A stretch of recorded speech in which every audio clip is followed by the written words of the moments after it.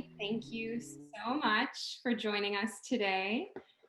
We've got a really exciting conversation in store for all of you today. Thank you so much. My name is Rachel Horning. I am a partner at Ripple Effects Events. I'm joined today by my co-founder, Zach Sekar. He's handling all of the technical elements, so thank you, Zach. And I'm also joined by Tommy Sobel, who you will see in just a moment. So today's conversation is going to be all about improving our digital habits. And when I first heard about BRIC and the BRIC community, I was super inspired by what Tommy was up to. So from a personal perspective today, I'm honored to have Tommy join us and shed some light on how we can all improve our digital habits. But before we get started, I'm going to tee things up by reading Tommy's impressive as all get out bio so that you get a chance to get to know him a little bit. And then he's actually got a pretty sweet gift in store for anyone who joins us today, and you'll hear about that too. So we're going to go ahead and get started. Just a quick housekeeping note. Tommy and I are going to have a live conversation, just the two of us. I've got some fun questions in store to ask him. And for the second half of today's program, you're all invited to submit questions through the Q&A portal here on Zoom. If you have any issues doing so, obviously just let us know in the chat. It's pretty simple. You just pose your question in the Q&A, and I'm going to help triage questions for the second half of today's conversation with Tommy. So without further ado, I'm going to introduce this incredible human being named Tommy Sobel. He is the world's first digital habits coach and founder of BRIC, a grassroots movement for people motivated to develop healthier relationships with screens and social media. Using his background in neuroscience and behavior reconditioning, Tommy helps busy top performers break their unwanted phone habits, supercharge their productivity, and have more time off without FOMO or deleting social media. Prior to BRIC, Tommy spent 5 years assisting Steven Spielberg, you heard that right, Steven Spielberg, at DreamWorks Studios, who then promoted Tommy to be the first junior executive in DreamWorks' burgeoning digital department. Before the entertainment industry, Tommy worked as the key researcher and co-author of a neuroscience study alongside PhDs at Duke University and UCLA. So without further ado, I think you can actually see Tommy already, although maybe you can't. Zach would know. Yes, I got the request to show myself, so I just peeked out of the technology curtain, and I am here. Open.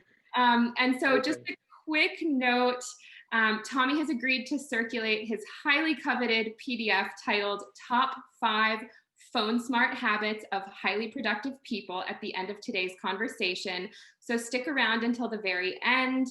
This PDF will help you have 68 more productive hours every single month. And I know that might sound crazy. However, after doing a call myself with Tommy, I completely understand how that is possible through some of the breakthroughs that he helps you unearth within yourself. So without further ado, here's Tommy. I know you've been able to see him for a couple minutes. And so Tommy, I'm so excited to have you. Thank you so much for joining us today. And let's just have some fun chatting. You ready? Yeah, let's do it. And first, I mean, you are so good at what you do. Like, just the way you introduced me, like, I wish that you could always, in every conversation I had, I wish that you could be there singing my high graces. I mean, I feel so, thanks for you make me sound so cool. So thank you for that. It's my pleasure. Well, I really appreciate it. You're doing really important work. So I'm excited to share that with everyone today. Awesome. Really appreciating it. I'm really excited for this conversation. Yeah. Okay. So without further ado, I have some questions. You've heard them because we practiced, and here we go. So Tommy, I've heard so much about you, but would venture to guess that some attendees today actually don't know you. So the first question I have for you is, who are you? Yeah, thank you. I guess I would say that I'm a reformed lab rat. I research at UCLA for a few years, and that was I thought going to be my track, doing neuroscience research, maybe becoming a PhD or a doctor, and serendipitously, I ended up being asked to work for Steven Spielberg as his on set PA, and at around that same time, I realized that I loved science, but I loved the results of science. I didn't love conducting the science research. And so I was like, you know what? Let me go full on into film and try to make science cool through top tier storytelling. And so basically, I served for him for 5 years, and then discovered through living life and having social media and living through today's social connections that I was compulsively attached to my phone. And especially when I started my new job as the junior executive in new media, we can talk more about this, but I truly was a slave to my device and was not in control of most of my behaviors on it, and was feeling the mental health effects of that. And so I then started applying what I understood from my neuroscience background and behavior change and habit reformation on myself, and it started working. And so I started sharing it with a few other people, and it started working for them. So it turned into this community that is now called the Brick community. And cut to like 5 years later, now I'm a digital habits coach, having solved this problem for myself and for hundreds of other people, and now helping top performers break their bad phone habits, supercharge their productivity, and live life in flow state. Well, I think that sounds like the dream for most of us, especially during a pandemic when it's a very blurry line between staying informed versus, oh my God, am I addicted to my device? Do I need to be Right, on as often as I am? I think that right. there's a lot of gray area and it's a bit disorienting. And for those of us that really do care about our habits, I think it's troubling to feel this, push pull. Am I supposed to be staying informed? I think it's my fiduciary responsibility to know Mm, what's going on, but to what end? And is it okay that this is now wreaking havoc on my mental health? So I'm excited to explore that a little bit with you. absolutely. And I'm curious to hear from you as someone who actually speaks to lots of other people, kind of in like a coaching capacity. What did dysfunction and rock bottom look like for you? Because I think a lot of Yeah. people might actually see themselves in what your dysfunction was to you. Yeah, definitely. That's a really great question. And when I think back to 2015, when I was working in the film industry, and I really wanted to prove myself. I'd been an assistant for 7 years, I believe, and or PA and then assistant for 7 years, and I had this opportunity finally in a creative role. I wanted to prove it was a new role, it was a new department, and because my job was to explore what we might do on Snapchat or what we might do on Facebook or Instagram or YouTube, I was constantly doing research. I was constantly trying to meet with influencers or get a better understanding of the game that was just changing every single day. And so I had to spend a ton of time on my phone, and I was spending, 10 hours a day on my phone. That was my work. And no matter how much time I spent on it, I still felt no matter how much time I spent, I felt like I couldn't catch up. That there was always more. There was literally an infinite number of things that I felt like I needed to learn, infinite number of tabs open in my computer and leads to follow up on. And so I just felt incredibly unproductive. I felt like even when I wanted to put my phone down, I couldn't. I would check my phone first thing in the morning after waking up, and then would realize 45 minutes had gone by, and then wouldn't have time to make breakfast and would be rushing to work, probably still checking my phone while driving, dangerously on the way to work. Then I would sit at my screen all day, distracted, by my second screen on my phone. And then I would come home and put on Netflix or Hulu or something, and then would scroll again at night before going to sleep. And I would even wake up in the middle of the night to check my phone. And I just, no matter how hard I tried, again, I just couldn't, I didn't feel accomplished. I wanted to make my old boss proud. And I knew that I had a problem, that the way that my lifestyle was affecting my mental health in a negative way. It was affecting my healthy lifestyle. I wasn't having confidence. I knew that I had these compulsions to overcheck my phone that were getting in the way from me actually doing deep work. I was doing a lot of busy work and I was responding to a lot of emails and having a lot of meetings, but it was kind of just grinding gears and I felt very unproductive and I felt behind in Yeah. my career. So that was basically when I realized that something had to change. So you had your aha moment. This is not sustainable. I'm not getting things done, in the way that I want to, that I know I should be and am capable of. So then insert brick movement and the brick community. For anyone that's new to you, new to understanding what the heck brick community and brick movement is, can you just walk us through sort of the main facets of what you created? Yeah, definitely. So we say that BRIC is a grassroots movement for people who are dissatisfied with their relationship with screens and social media. And we challenge anyone that's interested in being in the BRIC community or just in digital wellness in general to do what BRIC's namesake is, which is basically a daily challenge. Can you turn your phone into a brick for an hour a day and do something that's meaningful to you in the real world? And that was a very rudimentary habit change practice that I started on my own. And then that was initially what I started sharing with other people, and they saw the benefits of basically just giving themselves permission to check out for an hour and do something that they enjoyed. Yeah. Um, I think we could all use a little bit more brick time in our lives, especially right now. Yeah, And speaking definitely. of right now, I'm curious to know sort of your take on COVID. I think there's so many different experiences that people are having right now, and so much of it just comes down to your personal circumstance. But for the folks on the line right now, I'm curious to hear really your thoughts on what you think COVID invites us to think about as we reckon with a heavier reliance on technology, um, and a want to sort of check out of the moment. And maybe that's driven by fear of the unknown. There's like so Hmm. many variables to really reckon with here, but just curious to hear your thoughts. Yeah, thanks. Um, I think that, I mean, in my situation, especially because Brick was mostly events and retreats.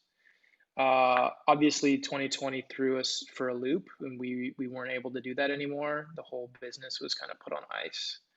And so, and I know that a lot of people are probably in similar situations. They can't go to work. They got let go. They got furloughed and then let go, or their whole business has changed. And so, I think that no matter what plans we might have made for 2020, we're kind of realizing that there's a lot that we can't control. And there's a tendency, I think, when we are thrown for a loop like this year has, to feel like it's happening to us, like that we're the victims. Like if only the pandemic hadn't happened, then I would be making more money this year. Or if only it hadn't happened, then I would have been able to travel or buy a house or reach these goals that I had set for myself, or I would be happy, basically, is what I'm saying. So the pandemic is getting in the way of me maybe accomplishing what I want to accomplish or being who I want to be. And I think that is a that is a victim mentality that is not necessarily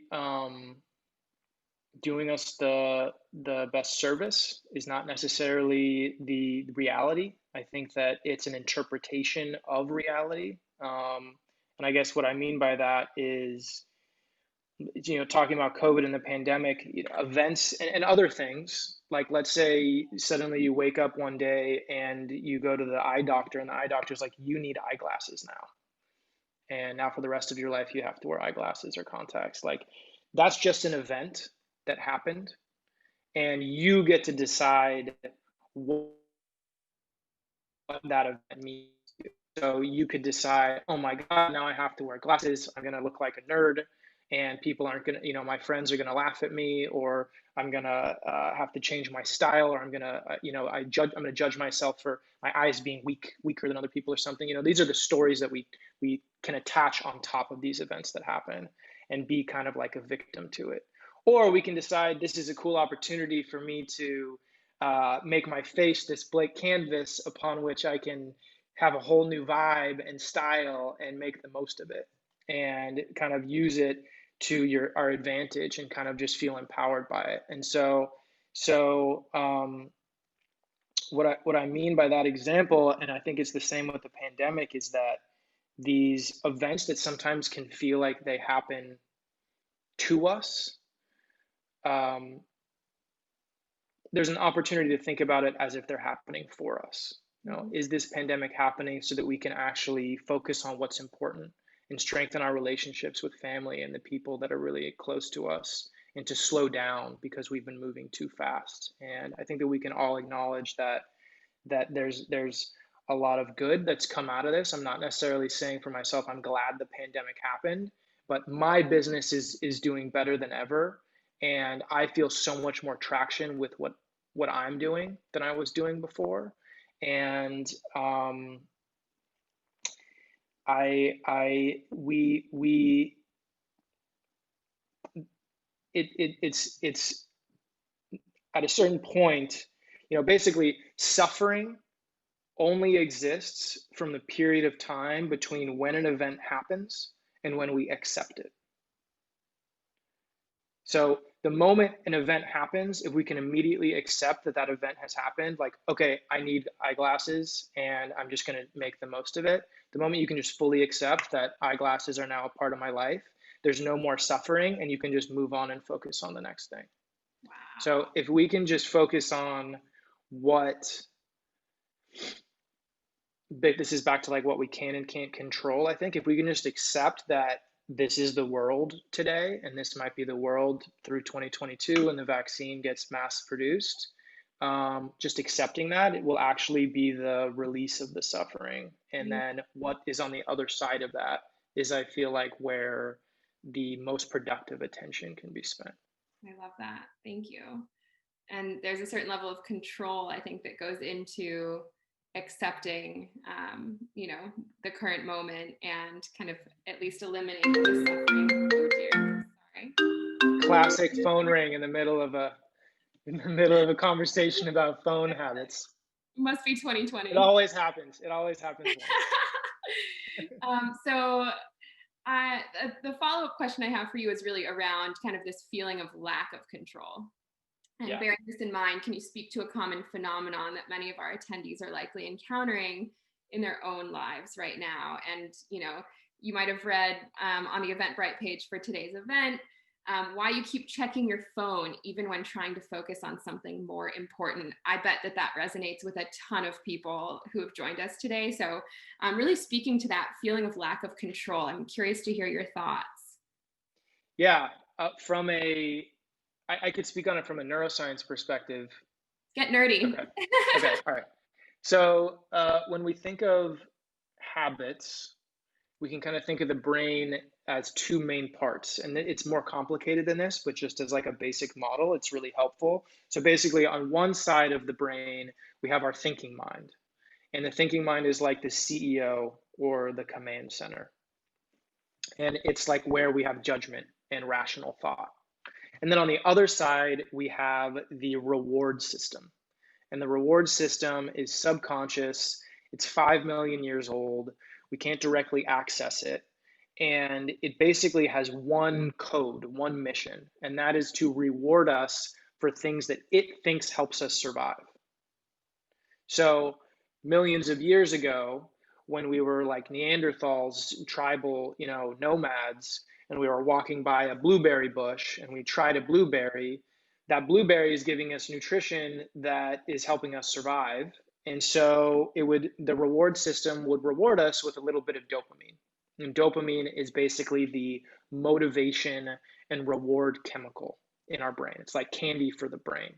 And so every time we went near that, it would our brain, our reward system would actually tease us a little bit of dopamine to say, oh, go back to that blueberry bush because those blueberries are good for you. And they would give you more dopamine when you actually ate the blueberries as a reward. So that's good. And that's what all mammals, almost like all animals that evolved to us after reptiles, have this reward system that is baked in. And it's been really great for us until recently. And what happened more recently is that we have now so many things in our lives that give us that dopamine but don't actually help us survive. Every time you get a new email or a new follower or a new notification or a new like, we get this hit of dopamine, this little squirt in our brain. And it gets to a point where we're actually overstimulated by it, where we're being bathed in this motivation and reward chemical that is truly overstimulating our brain and changing it's actually changing the chemistry of the brain itself. So basically what ends up happening is these two parts of the brain, the thinking mind and the reward system, they're always at odds with each other. Only one is in control of us at a time. So if we're being overstimulated with rewards, the thinking mind gets turned off, and the thinking mind no longer is controlling our behaviors. So getting back into the initial question is, why am I checking my phone when I'm trying to focus on something more important? That's because you've been so overstimulated by your phone that your thinking mind is turned off. And even though you rationally might be saying, I don't want to check my phone right now, you still find yourself checking it every 5 minutes. You checked Instagram 5 minutes ago and now you find yourself checking it again. And so the reward system is in control. And so what I call that um, disposition or that dysfunction is low conscious control. And that's something that, as we've had over 2,000 people fill out this survey on our website, there's actually a free quiz on our website that helps you figure out what your conscious control score is. Most people score in the weak conscious control category, which basically means that you have a love-hate relationship with your phone. You're not in control of most of your behaviors. You kind of can't put it down even when you want to. And the people that fall into this category, which again is most people, they truly are living it's a dysfunctional relationship, and they're not living up to their full potential because they're spending more time on their phone than they want to, than they should be. They feel like they can't control it.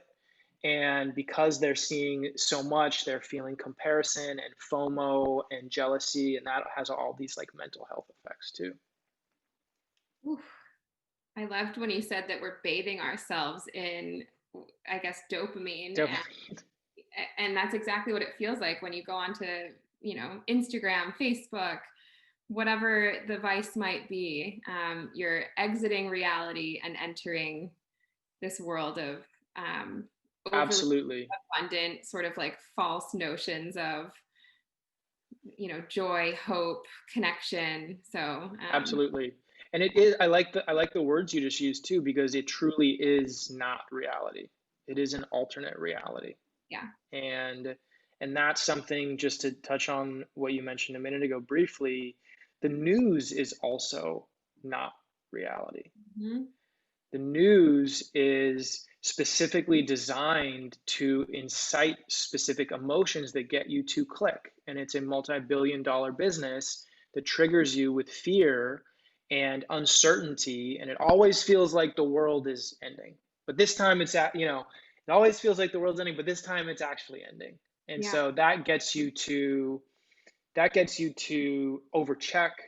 And of course, this is the attention economy, which, if viewers saw The Social Dilemma, we're very familiar with, that they're actually making money for the more amount of time and attention we're giving them. The attention that we're giving the news and these apps is their business model.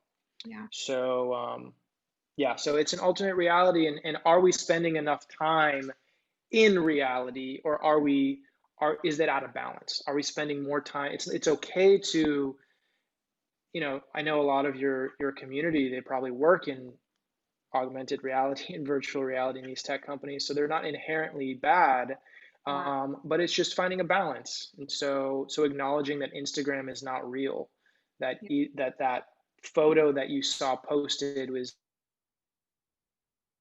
1,000 photos that girl took, and then she posted that one, or so. Yeah.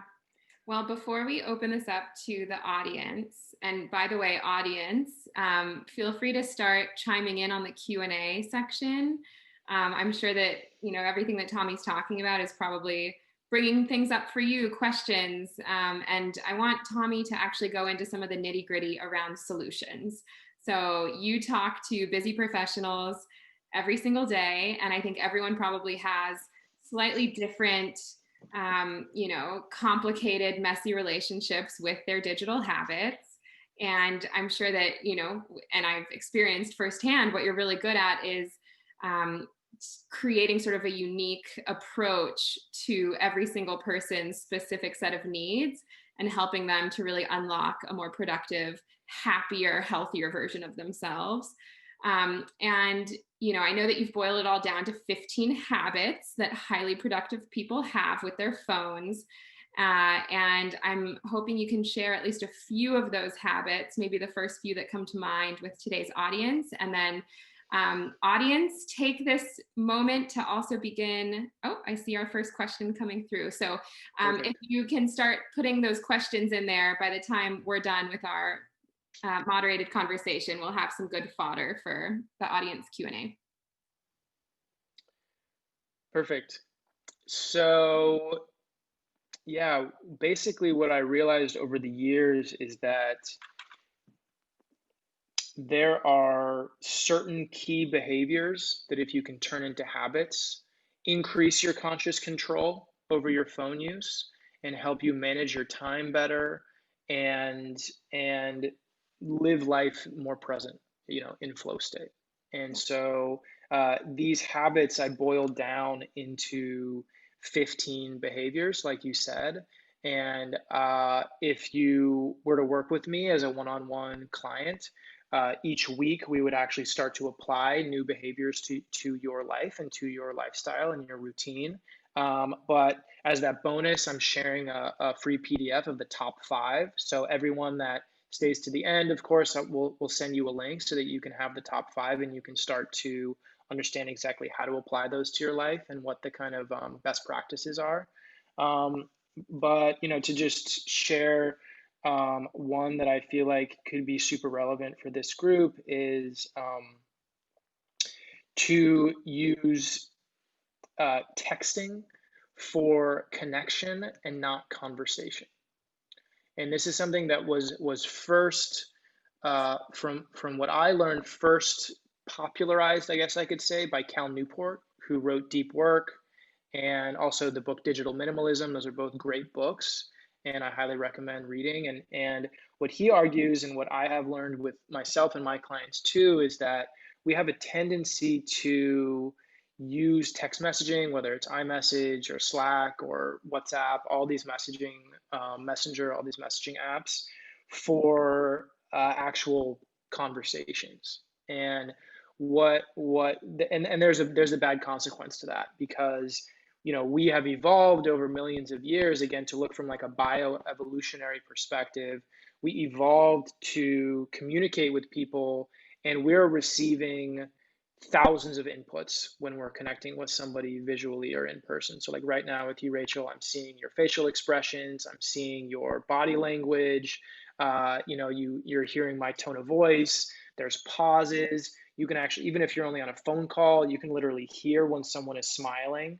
And so consciously and unconsciously, we are getting thousands of different pieces of feedback that are actually helping us feel connected to each other, keeping this kind of temporally synchronous conversation going, which means we're interacting in real time, and that's how we evolved for. And so when we try to communicate a conversation through text, it's like trying to communicate through a tiny straw, where we're taking all of this potential feedback and the chemicals that are exchanged in a conversation, the feeling of connectedness or shared ideas or coming up with ideas or friendship. You're trying to communicate all that through a tiny straw where all you're getting is the text and maybe an emoji. Yep. And so we're getting like 5% of the amount of information. So, so especially in this isolated world, this is why I bring it up, because we can't really see that many people in person, and we're reducing our our lives are much more virtual and isolated. So we might have a tendency to use messaging apps more often than not, but to continue to feel a sense of social connection and to not feel lonely and isolated, the best practice is to actually still use use messaging apps, but use them just for connection, and then have the conversation in a FaceTime or a Zoom chat or on a physically distanced hike or something. Because and also what happens is, if we have all these conversations by text, these are basically endless conversations that never have a beginning, middle, or an end. And so that it's like having a ton of tabs open, and that kind of, it's like our brain's RAM drive gets overclocked. And so that increases the stress hormone cortisol in our brain. And when we're stressed out, uh, this kind of gets into my wheelhouse as a neuroscientist, but when we're stressed out, that actually makes us more likely to act out and Mhm. do things that we don't want to do. Yeah. So, I feel like so either Tinder or Bumble should hire you to help, you know, troubleshoot the experience that I'm sure so many people have online dating with so many conversations happening at once. Oh, Uh, that's a huge one. Yeah, that's a huge one. That's a really good idea. I should I should talk to them about it. go for it. We might know some folks. We'll Yeah, talk. definitely. Definitely Um, perfect. so we actually do have some questions rolling in. Thank you to everyone who has submitted questions, and I'm trying to figure out what the best order is for this. So Danny O'Neill, one of our mutual friends. Hi, Danny. Thank Hey, you Danny. for this question. So good to have you on the line. Curious what trends you see in what people do with that 1 hour when they start bricking their phones. So this is like a Hmm. nice foray into, this like solution desired state. Okay, so we've, taken the commitment on of bricking our phones for an hour. Maybe it's an hour every single day. Now what? What are people doing? Are they knitting? Are they twiddling? Yeah. So well, I'll tell first my story. So basically, my favorite thing to do in the world is to read, and I have this bookshelf in my bedroom with like 150 books that I bought over the years, and for, 10 years, I'd only read like three of them because I was just scrolling and swiping my whole life. And so when I started putting my phone down for an hour a day, I spent that time every night to read. And over the course of that year, which was 2017, I ended up reading 28 books.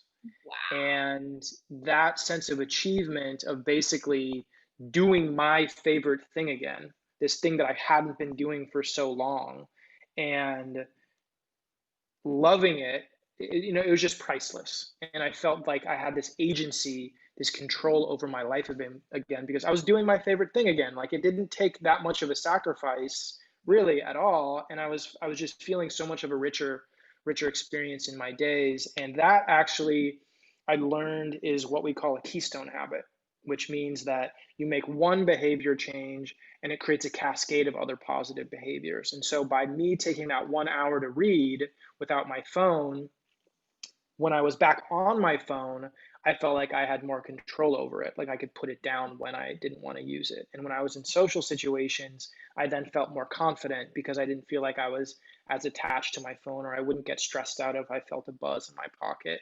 And Yeah. I started having more time in my day, and I started going out and exercising. So even just that one practice of turning my phone into a brick was just so transformational for my own life.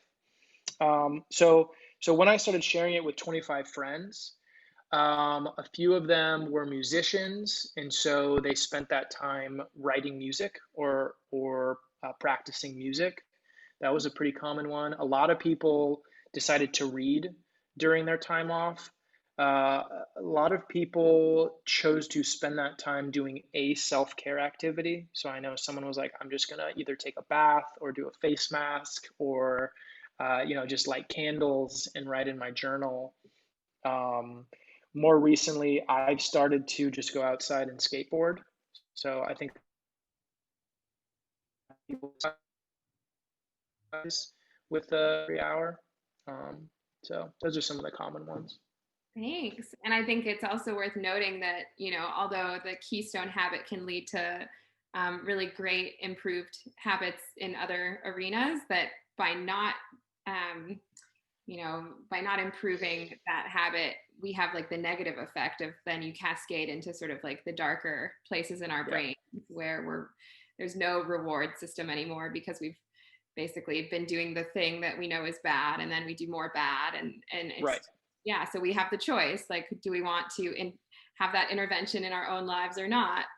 So hopefully this conversation can inspire some people to finally try the thing that they know is going to improve their day-to-day routine. And actually, on that note, Lewis K Lewis K has a great question. Any advice for those who may want to decrease screen time on their desktop or laptop, but perhaps have a better relationship with their phone? He says he's tried the goal of 1 hour net a day, some improvement, success. He's tried timers, reward accountability, some success, but just those who want to achieve it more consistently. Maybe he hasn't found the right reward. He's not sure. Hmm. Sounds like he needs a Yeah, coach. that's a really great question. It sounds like Lewis has been doing a lot to work through this issue, which I commend. A lot of people, I think, have these excuses like, yeah, I'm on my phone or I'm on my laptop a lot, but everybody is. It's not that big of a deal, or I work on it.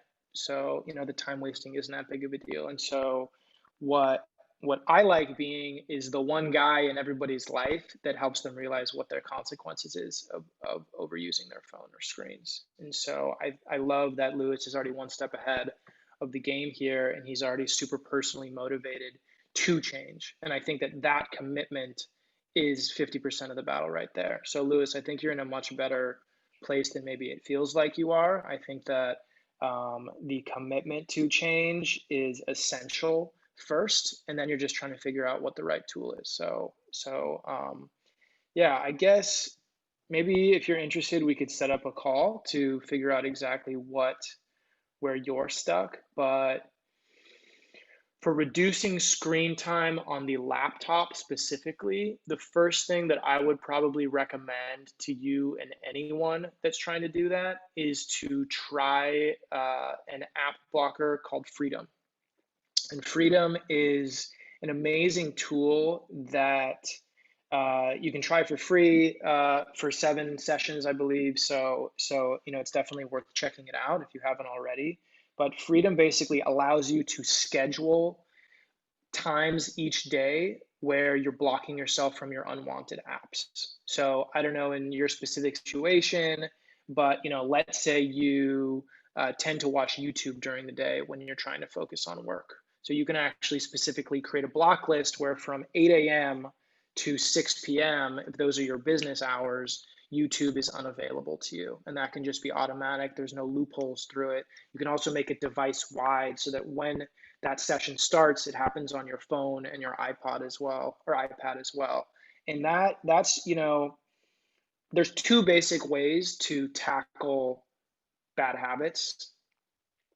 One is the kind of there's solving it internally and solving it externally.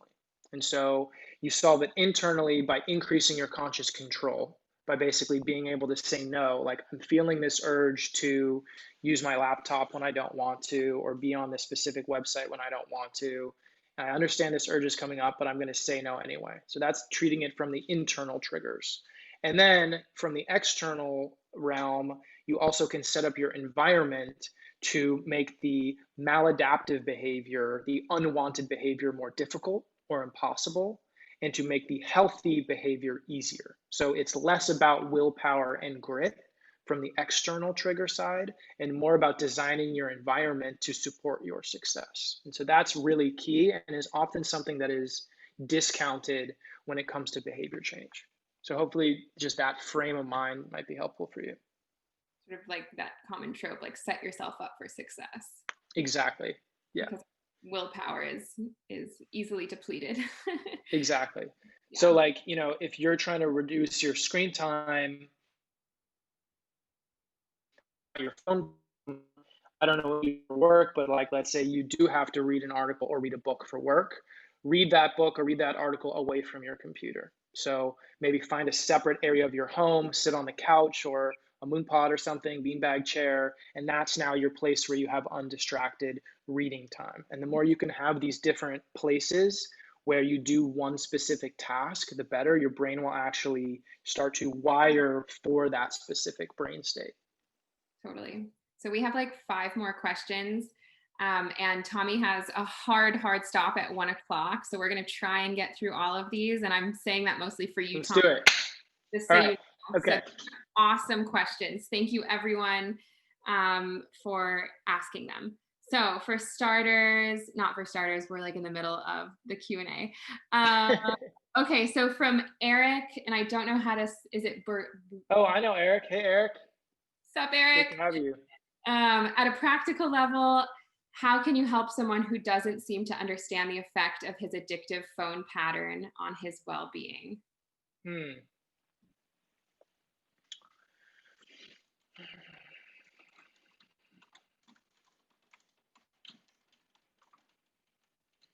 Well, I think they first need to acknowledge that they have an issue.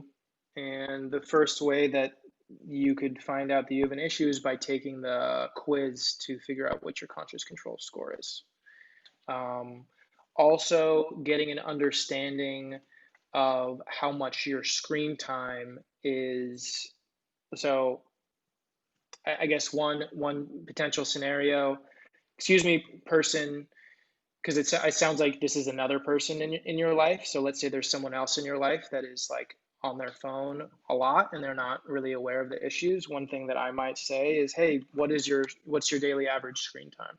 Okay, it's 8 hours a day. Well, did you know that if you're on your phone for 8 hours every day over the course of a year, that's 4 months out of your year? Because that's true. Whew. So if you're spending 4 months every year on your phone, and you're also spending a third of your day sleeping, which means a third of your year sleeping, that's another 4 months. So that's 8 months there. That only leaves 4 months in the real world.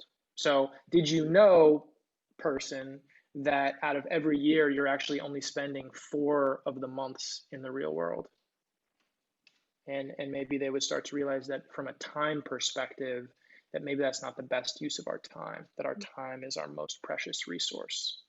I love that. That's right, start. Yeah. Eric, sup, Eric? Good to have you. He's asking, and I think this is probably relatable for a lot of us that work on computers 24/7, or at least it feels that way. How do I manage distraction when getting work done means being on my laptop, phone, and on the internet?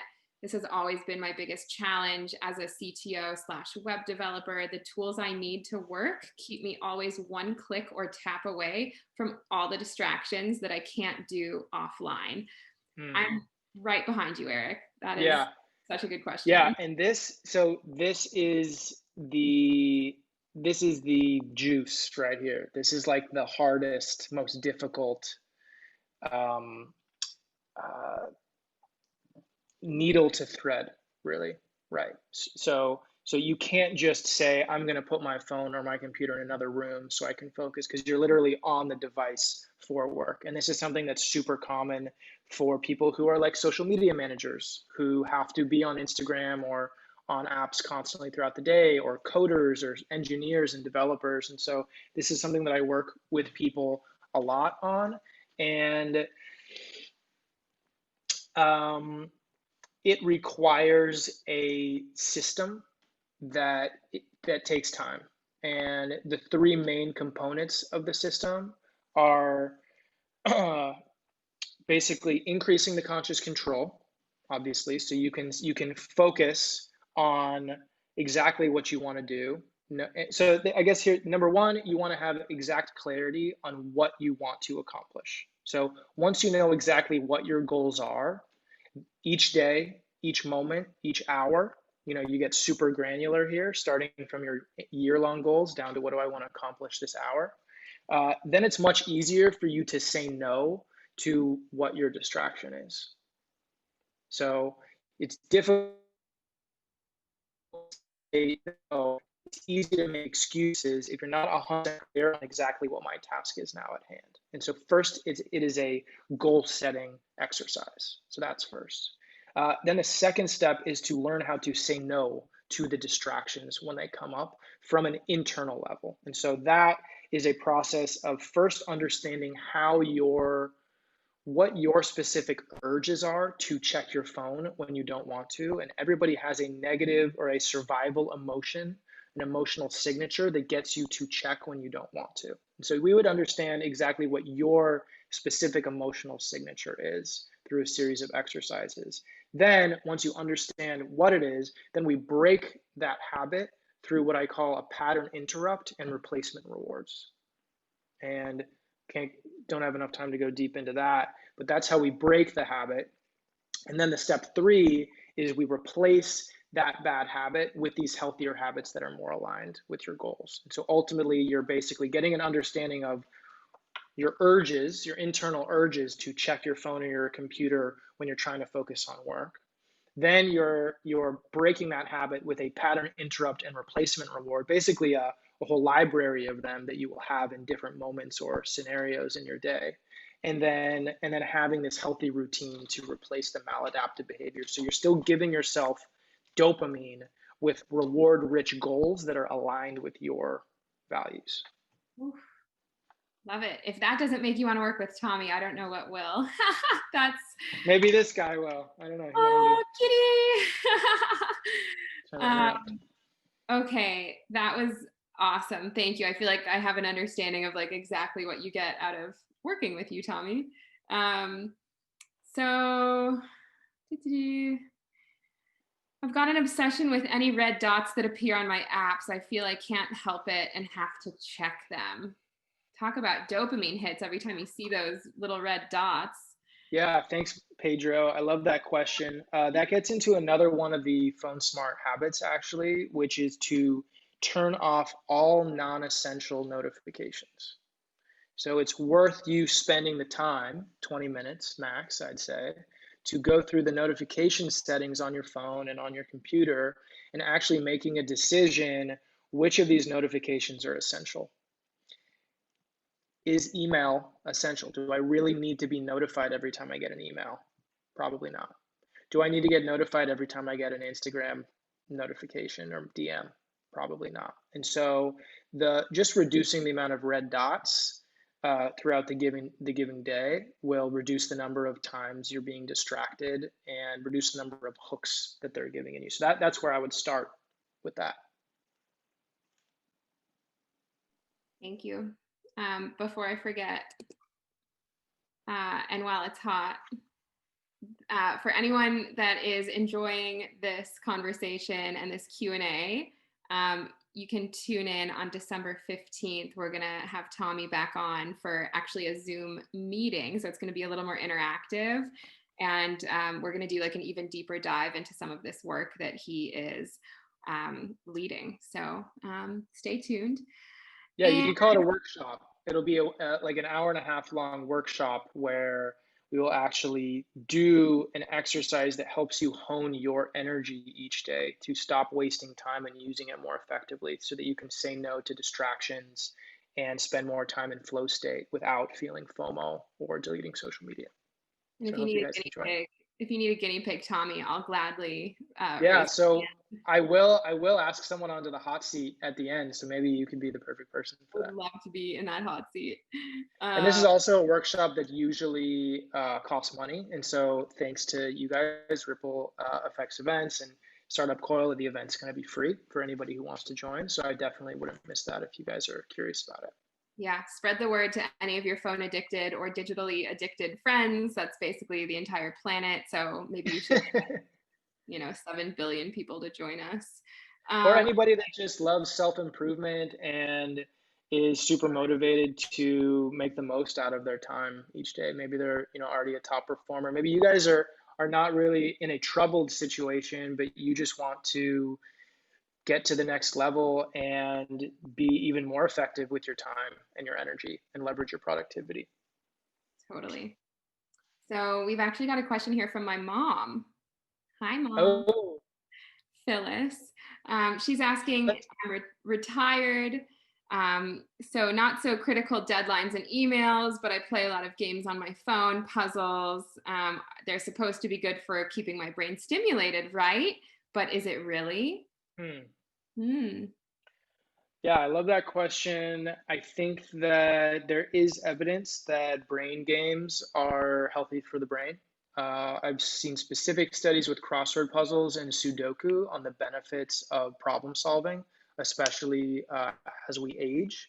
So that's a good thing, right? I think the next question to ask is that the most effective use of your time? Or how much time are you spending doing those activities? Because mobile games are have the most amount of behavioral hooks put in them. So, Yeah. and when it comes to dopamine, they are supercharged with addictive gamification elements that get you to want to that get you to spend more time on them than you necessarily want to. So although the game itself might have stimulating benefits that are good for keeping the brain youthful, still a consequence or push pull there. Are you spending 3 hours a day on these games when you really only want to be spending 30 minutes or an hour? And then the question is, how can you get those 2 hours back? Yeah. Thank you for that perspective. So we've got 2 questions to go. I want to make sure that you also share the PDF, Tommy. And if you need to Yeah, so I have it here. So thank you all for joining to the end and asking questions in the Q&A. Should I just post it here on the yeah, chat? make sure it's going to panelists and attendees.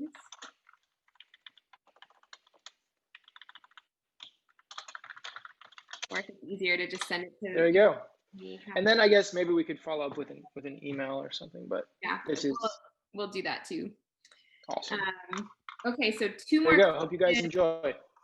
Thank you so much, Tommy.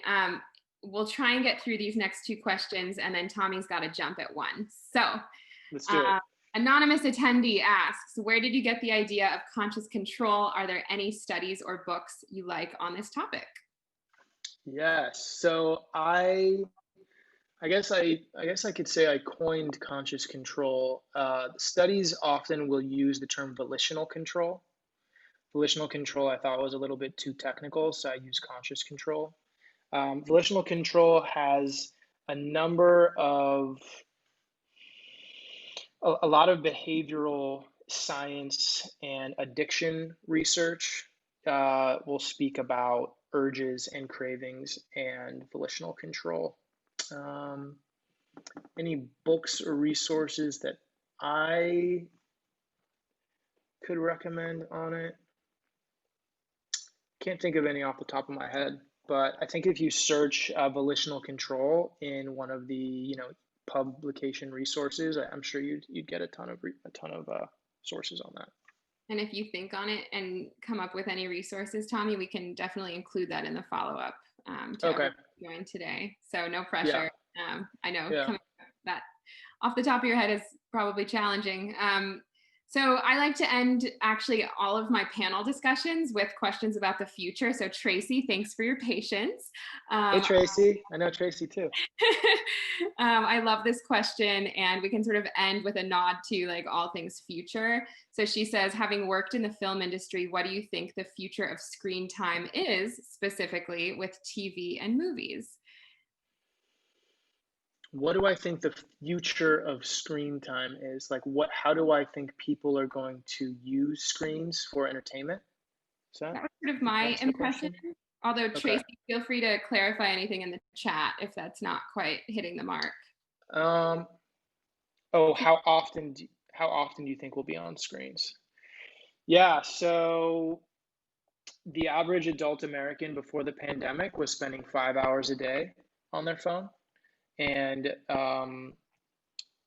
the average adult American in the beginning of the pandemic was spending 8 hours a day on screens, on all screens, not just their phone.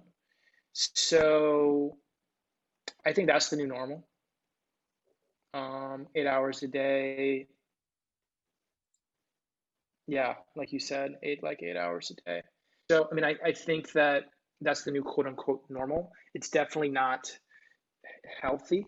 And, but I think that it's not inherently unhealthy either. Like with us being here, with that temporal synchronicity, especially you and me, Rachel, like speaking face to face, there is so much value in face to face communication, whether it's in person or not. And this is obviously screen time. So the more of your screen time that's used intentionally on things that make you feel a sense of connection, accomplishment, and contribution, Yeah. those are the feel good chemicals that are way more powerful than any of these kind of any of the inherent consequences of screen time, which do also exist. Like uh, 2 weeks of blue light from a screen is the equivalent of getting 25 minutes of sunlight. So blue light actually can create wrinkles, for example. So there are inherent issues to just being on screens for this long. But I just feel like in the world being, being realistic and rational, there's going to be a little bit of a compromise. So Wow. Well, if there was anyone to ever validate the work that Zach and I are doing with ripple effects events and trying to keep yeah, connected during a pandemic, I think you've done it. Thank you. yeah, you guys are doing an amazing thing. And I mean, I've worked with a lot. We threw events with Brick a lot, and I'm just so admire the way that you have put this together. And I'm such a fan now, and so excited that we get to be in touch and maybe do, and be doing more together. We're doing more. Stay tuned, everyone. So, Tommy, you've got to jump in probably 30 seconds. I just want to give you like a virtual round of applause for your leadership on a really important topic. You're improving lives every single day. Thank you for joining us. If anyone else wants to Thank you say so thank much. you in the chat before Tommy has to jump, Thanks, now's everybody. your chance. And with that, we will Hey, bid Coco. you. And we hope to see you all on December 15th. Bring your friends, bring your family, bring your cats, bring your dogs. And Yes, definitely. get ready. My cat will definitely be there. Yes, I'll actually keep my door open so my cats can come in. And with Perfect. that, we just want to say thank you, and we'll see you on December 15th. Stay well, and happy Thanksgiving, everyone. Yeah. Thanks, everybody. Thanks, Rachel. Thanks, Zach. Till next Till time. next See you on time. the 15th.